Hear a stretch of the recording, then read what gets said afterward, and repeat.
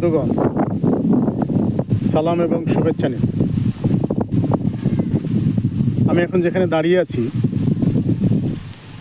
সেখানেই হারিয়ে গেছে আমাদের শৈশবের একটি অংশ। হ্যাঁ, আমি মথুরানাথ হাই স্কুলের কথা বলছি, যাহা আজ কেবলই ইতিহাস। নদীগর্ভে বিলীন হয়েছে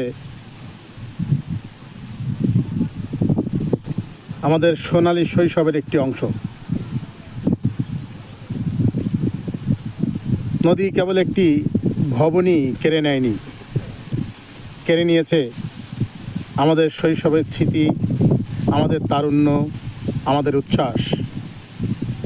হারিয়ে গেছে কত হাসি, কত কান্না, কত গল্প। এই ক্ষতি পূরণ হবার নয়। মথুরানাথ বাবু, আমি আপনার আত্মার শান্তি কামনা করি। আপনার মতো মহান ব্যক্তি আমাদের কাছে অনুপ্রেরণা হয়ে থাকবে। ধন্যবাদ বন্ধু।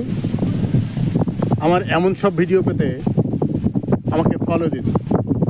ধন্যবাদ।